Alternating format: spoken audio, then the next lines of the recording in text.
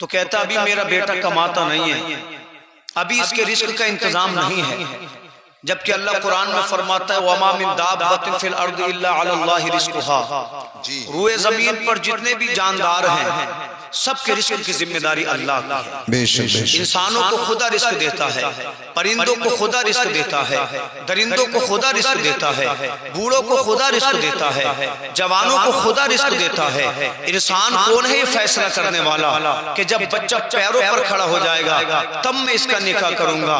صحیح بات تو یہ ہے جب بچے کی عمر نکاح کی ہو جائے اللہ کی رحمت پہ بھروسہ کرو، اس کا سنت کے مطابق نکاح کر دو، پروردگار عالم اس کے رزق میں برکتیں عطا فرمائے گا۔ اور بعد نکاح اگر شرعی اعتبار سے زندگی گزاری جائے تو اللہ نکاح کو بہار بنا دیتا ہے، اللہ اس گھر کو خوشیوں کا گہوارہ بنا دیتا ہے، اور شرعی اصول کے خلاف جا کر اگر زندگی گزاری جائے تو زندگی جہنم بن جاتی ہے۔ صحیح۔ جب حضرت فاطمہ الزہرا کی عمر 15 برس کی ہوئی تو بڑے بڑے امیروں کے رشتے آئے، حاکموں کے رشتے آئے، سرداروں کے رشتے آئے، حضور نے سب سے منع فرما دیا، یہاں تک کہ حضرت ابوبکر صدیق نے آقا کی بارگاہ میں عرض کیا یا رسول اللہ میں خاتون جنت کے عقد کا پیغام لے کر آیا ہوں۔ آقا نے فرمایا اے ابوبکر ابھی میں اللہ کے حکم کا انتظار کر رہا ہوں، جب میرا اللہ مجھے حکم دے گا جس سے نکاح کرنے کا حکم دے گا میں اسی سے فاطمہ الزہرا کا نکاح کر دوں گا۔ حضرت ابوبکر صدیق رازدار نبوت ہے، سمجھ گئے کہ حضور نے منع تو کیا ہے مگر یہ نہیں چاہتے کہ میرا دل ٹوٹ جائے۔ اللہ اکبر، آپ نے حضرت عمر فاروق اعظم سے مشورہ کیا، اے عمر حضرت فاطمہ الزہرا کے لیے امیروں کے رشتے آئے، حضور نے خاموشی اختیار کر لی۔ اللہ اکبر، سرداروں کے رشتے آئے، حضور نے منع فرما دیا، یہاں تک کہ میں بھی پیغام لے کر گیا، حضور نے منع فرما دیا۔ آپ نے کہا ایک ہی نوجوان مدینے میں ایسا ہے جس نے حضور تک ابھی پیغام نہیں پہنچایا ہے، اور میری نظر میں خاتون جنت کے لیے اس سے بہترین کوئی شوہر نہیں ہو سکتا، اس سے بہترین کوئی نوجوان نہیں ہو سکتا۔ حضرت عمر فرماتے کون ہے وہ نوجوان؟ تو ابو بکر صدیق فرماتے ہیں اس کا نام حضرت علی کرم اللہ وجہ الکریم ہے۔ حضرت عمر فاروق اعظم نے اتنا سنا، آپ نے فرمایا چلو مولا علی کو تلاش کریں۔ مدینے میں دیکھا علی نہ ملے، مسجد نبوی میں دیکھا علی نہ ملے، دونوں مدینے کے باہر نکل گئے۔ جب مدینے کے باہر گئے تو حضرت علی ایک اعرابی کے کھیت میں اپنے گھوڑے کو پانی پلا رہے تھے، جا کر دونوں نے سلام کیا، حضرات آپ دیکھیں تو صحیح کتنا پیار ہے صحابہ میں، کتنی عزت ہے ایک دوسرے کے لیے صحابہ کے دل میں۔ حضرت عمر فاروق اعظم، حضرت ابو بکر صدیق مرتبے کے اعتبار سے مولا علی سے افضل ہیں، عمر کے اعتبار سے مولا علی سے بڑے ہیں، مگر پھر بھی دونوں نے جا کر حضرت علی کو سلام کیا۔ آج تو کروڑ پتی یہ سوچتا ہے کہ لکھ پتی مجھے سلام کریے میرا حق ہے، ہزار لکھ پتی سوچتا ہے کہ غریب مجھے سلام کرے میرا یہ حق ہے، مگر یاد رکھو مصطفیٰ کی شریعت کہتی ہے جو کار سے چل رہا ہو وہ بائک والے کو سلام کرے، جو بائک سے چلتا ہو وہ سائیکل والے کو سلام کرے، جو سائیکل سے چلتا ہو وہ گزرنے والے کو سلام کرے، جو پیدل چلا جا رہا ہو وہ بیٹھے ہوئے کو سلام کرے، اس لیے کہ جب بڑا چھوٹے کو سلام کرے گا تو اس کے دل میں کبھی تکبر نہیں آئے گا۔ اور آقا کریم ارشاد فرماتے ہیں سلام کو عام کرو، اور میرے حضور کی ایک اور حدیث ہے نبی ارشاد فرماتے ہیں جو مومن ایک دوسرے کو پہلے سلام کرے گا اللہ حشر کے میدان میں اس کا پہلے جنت میں داخلہ فرمائے۔ واہ واہ، سبحان اللہ سبحان اللہ۔ سلام کی کتنی بڑی فضیلت ہے، اور آج عام آدمی یہ سوچ رہے کہ عالم ہمیں سلام کرے، حالانکہ عالم سلام کرے اچھی بات ہے، اسے ثواب ملے، سلام پہلے کرنا اچھی بات ہے، مگر یہ سوچ رکھنا کہ اگر ہم نے امام رکھے تو ہمیں سلام کریے جہالت ہے، اور یہ ظلم بھی ہے۔ جب حضور نے فرما دیا سلام جو پہلے کرے گا اللہ اسے پسند فرماتا ہے، تو ہر آدمی کوشش کرے کہ ہم پہلے سلام کریں۔ جی جی، کیونکہ ہمارے حضور کی عادت یہ ہے کہ حضور چھوٹے چھوٹے بچوں کو جب گلیوں سے گزرتے تو سلام کرتے ہوئے گزرتے تھے، سبحان اللہ۔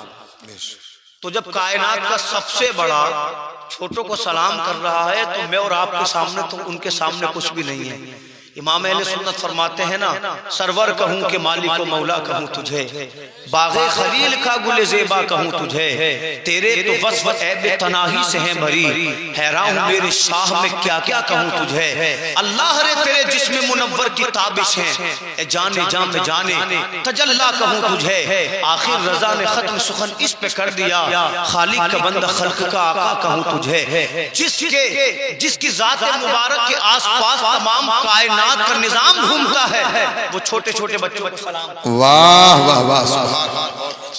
اور آج وہ جنہوں نے زمانے بھر میں فتنے پیدا کیے، وہ سوچ رہے ہیں کہ بڑے سے بڑا مفتی ہے میں سلام کروں، حالانکہ وہ کرے، کوئی برائی نہیں ہے، یہ غریب ہے تو امیروں کو سلام کرے، مگر یاد رکھو اللہ کی رحمتوں کے نزدیک نہ کوئی غریب ہے نہ کوئی امیر ہے۔ بے شک انسان کی وہ صفت جو اللہ اسے ایمان کے ساتھ دیتا ہے اس وقت مر جاتی ہے جب وہ امیر کی یہ سوچ کر عزت کرتا ہے کہ اللہ نے اسے پیسہ عطا فرمایا۔ قدر پیسے کی نہ ہو، قدر یہ سوچ کر کرو کہ میرے سامنے جو کھڑا ہے اللہ نے اس کو ایمان کی دولت سے سرفراز۔ بے شک بے شک۔ جب یہ سوچ ہوگی تو اللہ تعالیٰ دل کو سکون عطا فرمائے گا، ورنہ تمام زندگی گزر جائے گی چاپلوسی کرتے ہوئے، لوگ پھر بھی راضی نہیں ہوں گے، اس لیے کہ انسان کی فطرت ہے، جو جھکتا ہے وہ اسے جھکاتا ہے، وہ کبھی اس کی عزت نہیں کرتا، انسان اس کی عزت کرتا ہے جو اس کے ہم پلہ ہو، جو اس کے سامنے برابری کے ساتھ ملے۔ حضرات دونوں نے جا کر سلام کیا اور سلام کے بعد کہنے لگے، علی مدینہ میں بہت سے لوگوں نے خاتون جنت کے لیے نکاح کا پیغام بھیجا، تم کیوں نے نکاح کا پیغام لے کر جاتے؟ تو حضرت علی نے اتنا سنا آنکھیں نمناک ہو گئیں، کہنے لگے ہم کس منہ سے مصطفیٰ کی بارگاہ میں خاتون جنت کے لیے پیغام لے کر پہنچ جائیں، اس لیے کہ ہمارے پاس سلیقے کا مکان نہیں ہے، ہمارے پاس سلیقے کے کپڑے نہیں ہیں، ہمارے پاس سلیقے کی تجارت نہیں ہے، ہمارے پاس سلیقے کا لباس نہیں ہے، ہمارے پاس سلیقے کا کھانا نہیں ہے، جو کچھ بھی ہمارے پاس زمین تھی نبی کی محبت میں مکہ میں چھوڑ کر آ گئے، جو کچھ بھی ہمارے پاس دولت تھی رسول کی محبت میں مکہ میں چھوڑ کر آ گئے، اس لیے کہ جب ہجرت کی تھی تو سب کچھ مکہ میں چھوڑ دیا تھا، اور ہر صحابی نے یہ کہا تھا آقا یہ مال تمہارے قدموں پہ قربان ہے، یہ دولت تمہارے قدموں پہ قربان ہے، یہ باغات تمہارے قدموں پہ قربان ہے، یہ جان تمہارے قدموں پہ قربان ہے۔ شہنشاہ بریلی کہتے ہیں کروں تیرے نام پہ جاں فدا، ایک جان کیا دو جہاں فدا، دو جہاں سے بھی نہیں جی بھرا کروں کیا کروڑوں جہاں۔ واہ واہ سبحان اللہ سبحان۔ صحابہ نے سب کچھ مصطفیٰ پہ قربان کر دیا، اور جب مدینہ گئے تو کیسی محبتیں ملی، اس لیے کہ آپ تاریخ کو اٹھا کر دیکھ لو، جس نے بھی نبی سے محبت کی ہے اللہ نے اس کو بلندیاں عطا فرمائی۔ بے شک۔ صدیوں پہلے ہو یا آج کے دور میں ہو یا مستقبل میں ہو، جو بھی مصطفیٰ کے لیے کام کرتا ہے ان سے محبت کرتا ہے اللہ اس کو بلندیاں عطا فرماتا ہے۔ جب صحابہ پہنچے نا مکہ سے مدینہ تو مدینے والوں کا آپ اخلاق دیکھیں، اگر کسی کے پاس دو باغ تھے، ایک اپنے لیے رکھا، دوسرا مکہ سے جو صحابی ہجرت کر کے آئے تھے ان کی ملکیت میں ان کو عطا فرما دیا۔ سبحان اللہ سب کچھ نبی پہ قربان کر دیا۔ حضرت علی فرماتے ہیں میرے پاس کچھ نہیں ہے، میں کس منہ سے خاتون جنت کا ہاتھ مانگوں؟ آپ صحابہ کا پیار دیکھیں، آج مسلمان کا حال یہ ہے، جب تک مسلمان پریشان ہے کوئی پوچھنے والا نہیں، دوائی کے پیسے نہیں ہیں، پڑوسی بھی بات نہیں کر رہا، رشتہ دار بھی بات نہیں کر رہے، اپنے خون کے رشتے اپنے تعلق ٹوٹ جاتے ہیں، مگر وہی مسلمان ترقی کر لے، اگرچہ اس نے محنت کی کمائی سے ترقی کی ہے تو مسلمان چوراہوں پر باتیں کرتے ہیں، اس نے بلڈنگ بنا لی ہے، شاید کہ 2 نمبر کا کام کر رہا ہے، اس نے پلاٹ خرید لیے ہیں، شاید کہ 2 نمبر کا کام کر رہا ہے۔ لوگوں کسی پہ تہمت لگانا بہت بڑا گناہ ہے، اور حضور تو فرماتے ہیں کہ اگر کسی نے کسی پہ تہمت لگائی تو اس کو 80 کوڑے مارے جائیں، اگر وہ دنیا میں کوڑے نہیں کھائے گا تو اللہ اس کو آخرت میں عذاب پر نازل فرمائے گا، اس لیے کبھی کسی پہ تہمت نہیں لگائیں۔ کتنا اچھا ہوتا اگر ہمارا عزیز ترقی کرتا، ہم اس کے مکان کو دیکھ کر ماشاءاللہ کہتے، وہ زمین خریدتا ہم اس کو دیکھ کر الحمدللہ کہتے، وہ پلاٹ خریدتا ہم اس کو دیکھ کر خوش ہوتے اور رب کی بارگاہ میں دعا کرتے پروردگار عالم تیرے خزانوں میں کسی چیز کی کمی نہیں ہے، تیرے پاس کسی چیز کی کمی نہیں ہے، تو نے ہمارے عزیز کو دیا ہے تو ہم کو بھی عطا فرما۔ اگر یہ دعا زبان سے نکلتی تو اللہ رزق بھی عطا فرماتا، اللہ ثواب بھی عطا فرماتا۔ یاد رکھو حشر کے میدان میں بندہ ایک ایک نیکی کو ترسے گا، ایک ایک اچھائی کو ترسے گا، ہمارے منہ سے نکلنے والی دعا کل حشر کے میدان میں رائے گا نہیں جائے گی، بلکہ اللہ اس کا ہمیں دنیا میں بھی فائدہ عطا فرمائے گا اور آخرت میں بھی ہم کو عظمتیں عطا فرمائے گا۔ واہ واہ واہ سبحان اللہ، نعرہ تکبیر، نعرہ رسالت، مولانا شاداب نعیمی صاحب قبلہ۔ بہت اچھے بہت اچھے۔ مگر آج لوگوں کے دل پھکے پڑے،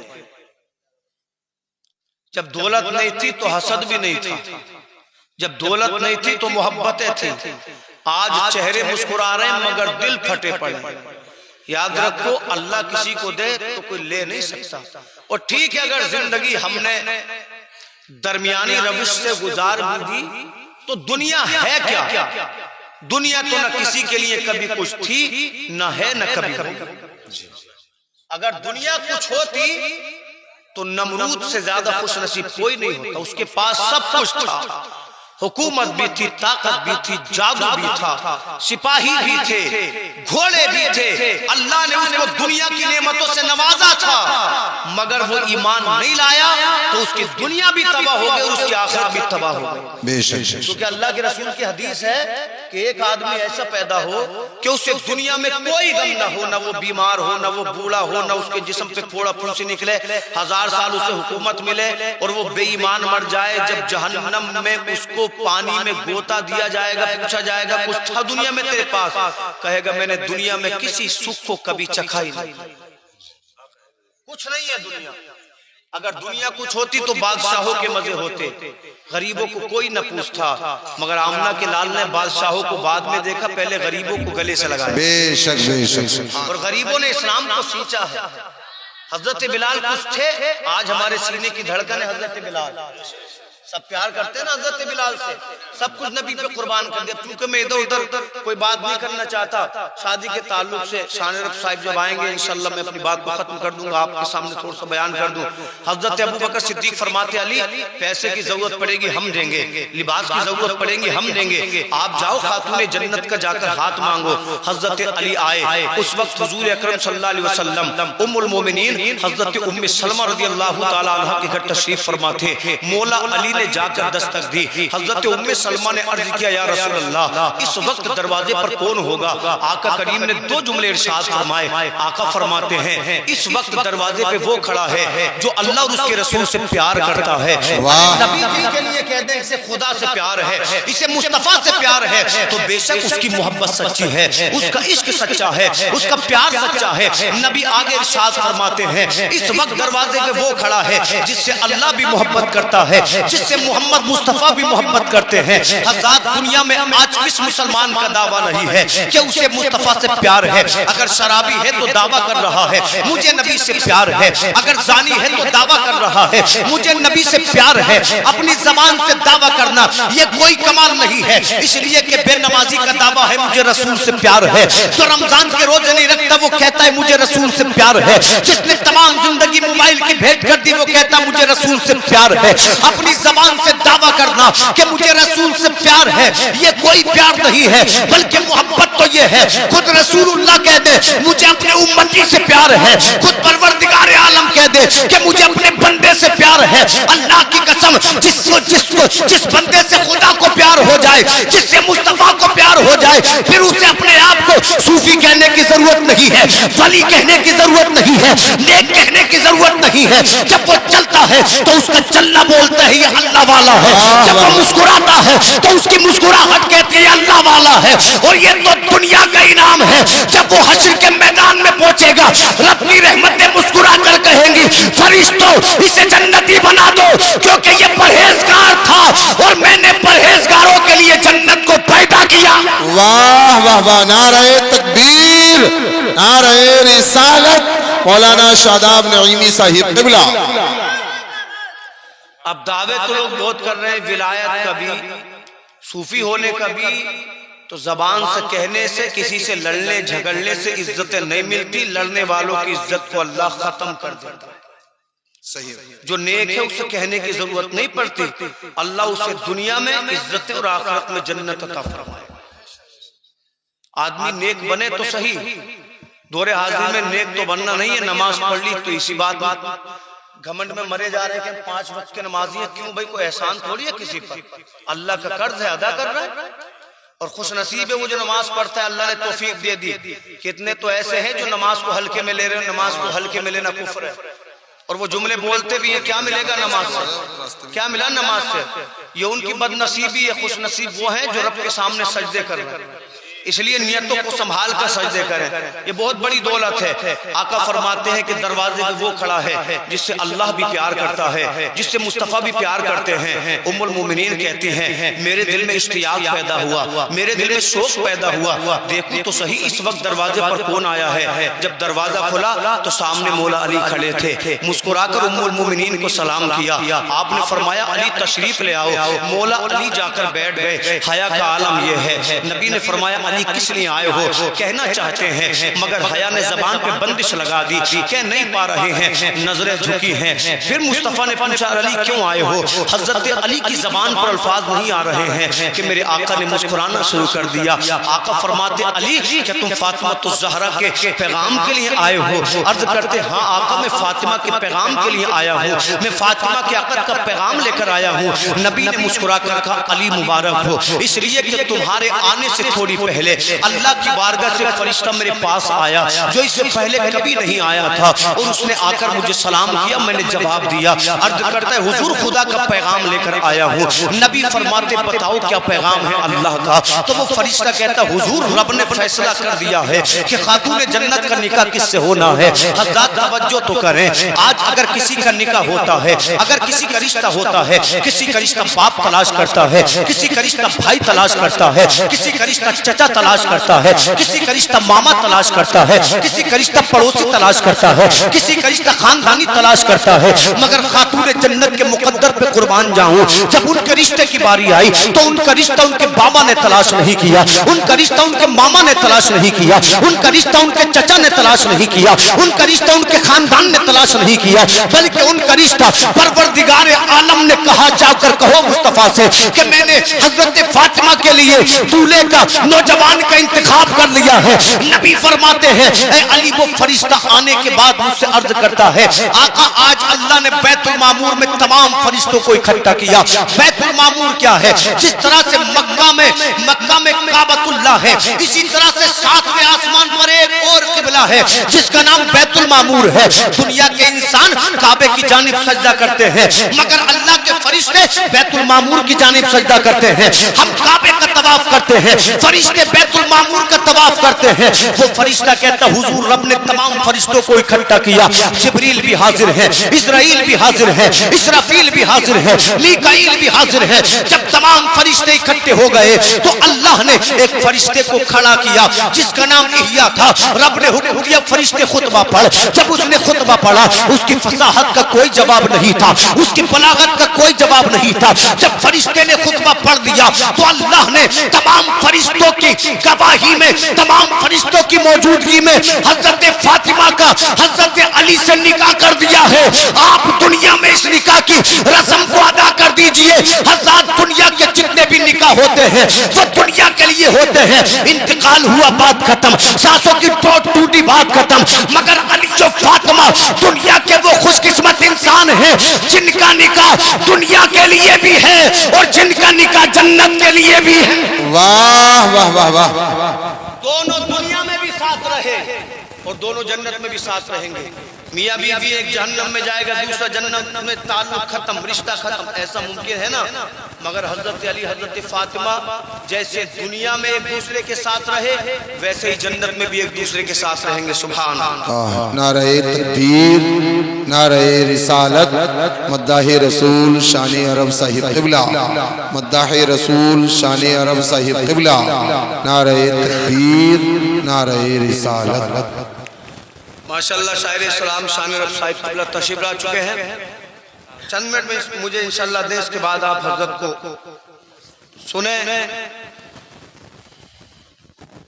درود پاک پڑھ لیجئے. اللہم صلی علی سیدنا و شفیعنا و حبیبنا و کریمنا. اللہ رب العزت نے نکاح فرمایا, دونوں کا نکاح کیا, دونوں کا نکاح فرشتوں کی موجودگی میں مکمل ہو گیا. اور ایک ہرے رنگ کے کپڑے پہ اس نکاح کو باندھ دیا اور حضور کی بارگاہ میں فرشتہ لے کر وہ حاضر ہو گئے. آقا فرماتے علی نکاح کرنا چاہتے ہو, تمہارے پاس مہر دینے کے لیے کچھ ہے؟ کیا فرماتے آقا تمہارے پاس مہر دینے کے لیے کچھ ہے؟ آج شادیاں ٹھنڈے کھانے کی وجہ سے بگڑتی ہیں, مہر پر کوئی بات نہیں کرتا. جو ضروری چیز ہے نکاح میں اس پر کوئی بات نہیں ہے. دنیا بھر کی خرافات ہیں. نکاح مہر 3 طرح کا ہوتا ہے, مہر معجل, مہر غیر معجل, مہر معجل حمزہ کے ساتھ. مہر معجل کا مطلب ہے نقد پیسے دیے جائیں. غیر معجل کا مطلب ہے زندگی میں جب دل کرے تب مہر دیا جائے. مہر معجل حمزہ کے جو ساتھ ہے اس کا مطلب ہے حد باندھ دی جائے.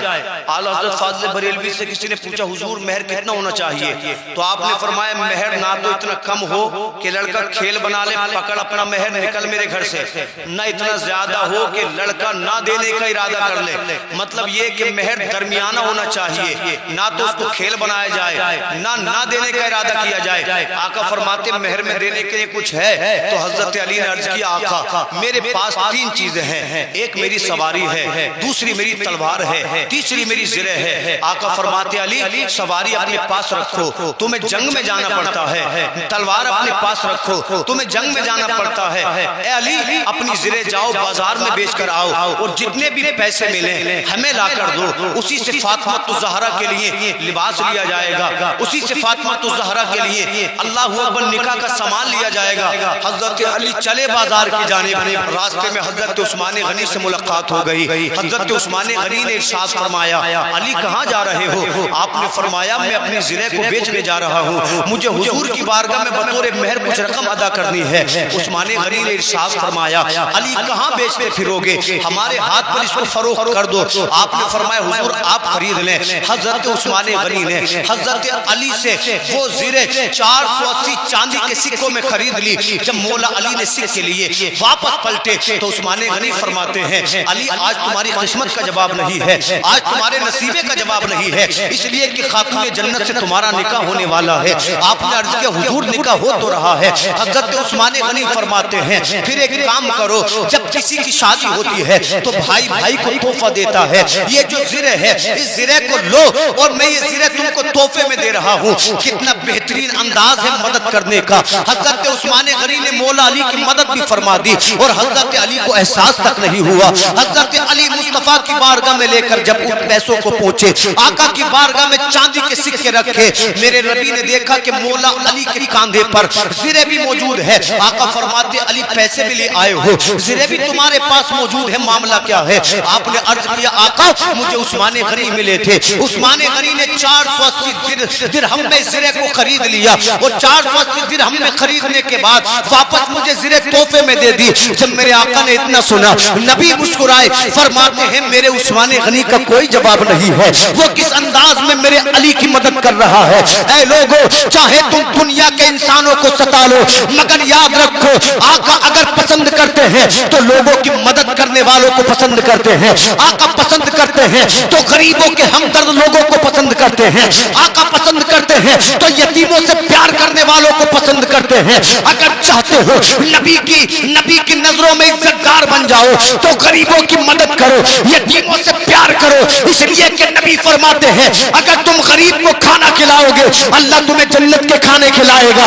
اگر تم غریبوں کو لباس پہناؤ گے اللہ تمہیں جنت کے جوڑے پہنائے گا. تو پتا چلا آخرت کی ترقی, آخرت کی برکتیں, آخرت کے مزے دنیا دار کو منانے میں نہیں بلکہ اللہ کے مفلس بندوں کی مدد کرنے میں ہے. واہ واہ واہ, بہت اچھے بہت اچھے مان, بہت بہت مفلس لوگوں کی مدد کرنے میں اللہ کی رضا ہے. جتنی جلدی یہ بات میرے سمجھ میں آپ کو سمجھ میں آئے اللہ اتنی جلدی ہماری زندگی میں برکت عطا فرمائے گا. اللہ اکبر. حضرت علی کا نکاح ہوا خاتون جنت سے. بس 2-4 منٹ اور سن لیں. خاتون جنت سے نکاح ہوا. کیسا نکاح ہوا؟ آج کوئی ہے ہم میں سے ایسا جس کا یہ دعویٰ نہ ہو کہ ہمیں مولا علی سے پیار ہے؟ ہونا بھی چاہیے. مولا علی صحابی ہے, ہر صحابی سے پیار ہونا چاہیے. مولا علی اہل بیت مصطفیٰ میں شامل ہیں, ہر فرد اہل بیت سے پیار ہونا چاہیے. مولا علی خلیفہ چہارم ہے, ہمیں ہر خلیفہ سے پیار ہونا چاہیے. مولا علی مصطفیٰ کی آنکھوں کے تارے ہے کہ نہیں؟ ہمیں ہر اس آدمی سے پیار ہو جس سے کہ مصطفیٰ پیار کرے. سب کا دعویٰ ہے کہ علی سے بھی محبت، فاطمہ سے بھی محبت. علی کی بارات چلی، کوئی پٹاخہ نہیں، کوئی ناچ گانا نہیں، کوئی بدتمیزی نہیں، کسی کا دل دکھانا نہیں، کسی کو پریشان کرنا نہیں. تو یا تو علی سے محبت کا دعویٰ چھوڑو، یہ پٹاخے چھوڑنا بند کرو. یا علی سے محبت کا دعویٰ چھوڑو، یا بدتمیزیاں شادیوں میں بند کرو. یا تو علی سے محبت کا دعویٰ چھوڑو، یا شادیوں میں ناچنا گانا بند کرو. اس لیے کہ علی والے ناچتے نہیں ہیں، پٹاخے نہیں چھوڑتے ہیں، بدتمیزی نہیں کرتے ہیں، بلکہ علی والے تو رب کے سامنے سر کو جھکاتے ہیں. علی والے تو قرآن کی تلاوت کرتے ہیں. علی والے تو مفلسوں سے غریبوں سے پیار کرتے ہیں. علی والے تو اللہ کے دین کے مشن کو آگے بڑھاتے ہیں. پھر کیوں ہم اسلام کے مشن کے آڑے آ جاتے ہیں؟ کبھی سیاست کے نام پر، کبھی پیسے کے نام پر. اللہ کی قسم اگر واقعی مولا علی سے محبت ہے تو اپنی شادیوں کو اس انداز میں مکمل کرو، اس انداز میں مکمل کرو. اپنے تو اپنے جب اس شادی کی سادگی کو غیر دیکھے تو یہ کہنے پہ مجبور ہو جائے جب نبی کی امت کی سادگی کا، جب نبی کی امت کی شرافت کا عالم یہ ہے تو تاجدار مدینہ کی شرافت کا عالم کیا ہوگا؟ جی واہ واہ، سبحان اللہ سبحان اللہ. دنیا بھر کی بدتمیزیاں، وہ لوگ یہ چاہ رہے ہیں کہ ہماری شادیوں میں برکتیں ہو جائیں. جب بدتمیزیاں ہوں گی تو ایسے گھر ٹوٹیں گے جیسے ٹوٹ رہے ہیں. کیونکہ جن شادیوں میں، جن گھروں میں لوگ بدتمیزیوں پر اترتے ہیں، اللہ برکتوں کو ختم کر دیتا ہے. جہاں برکت ختم ہو جاتی ہے وہاں جھگڑے شروع ہوتے ہیں. جس گھر میں جھگڑے شروع ہو جاتے ہیں وہ گھر نہیں بلکہ جہنم بن جاتا ہے. نکاح ہوا دونوں کا، دونوں بے مثال. خاتون جنت اپنے دور کی جنتی عورتوں کی سردارہ ہے. مولا علی سید الاولیاء ہے، شہنشاہ ولایت ہے. مولا علی حیدر کرار ہے. جب نکاح ہوا تو دیکھو اللہ نے کیسی اولاد عطا فرمائی. ایک مصلح امت بنا، واہ، جس نے حکومت دے دی، جان دے دی، مگر امت کو بٹنے نہیں دیا. اور دوسرا شہید اعظم بنا. حالانکہ شہید اعظم حضرت امیر حمزہ کو بھی بولا جاتا ہے. دوسرا سید الشہداء بنا. جب سب سکھ کے یزید کے سامنے، کوئی بولنے تیار نہیں تھا. فارس والے خاموش تھے، یمن والے خاموش تھے، مصر والے خاموش تھے، عرب والے خاموش تھے، عجم والے خاموش تھے. مدینے سے آواز اٹھتی حسین کی. آپ نے فرمایا مصطفیٰ کے دین کی حفاظت کے لیے ابھی مولا علی کا بیٹا زندہ ہے. واہ واہ واہ. تو جب ہم اللہ کی رحمت سے امید رکھتے ہوئے، اس کی رحمت کو امیدوار ہوتے ہوئے نکاح کریں تو اللہ ہم کو بہترین اولاد عطا فرمائے گا. اگرچہ ان کا بچپن کچھ نٹکھٹ ہو، مگر جب وہ بڑے ہوں گے تو اللہ ان کی زندگی میں بہاریں عطا فرما دے گا. حضور فرماتے ہیں النکاح من سنتی فمن رغب عن سنتی فلیس منی. آقا فرماتے ہیں نکاح کرنا میری سنت ہے، جس نے میری سنت سے اعراض کیا وہ میری ملت پر نہیں. اللہ سے دعا ہے کم علمی یا لکنت لسانی کی بنیاد پر میں نے کوئی غلطی کی ہو تو اللہ معاف فرمائے.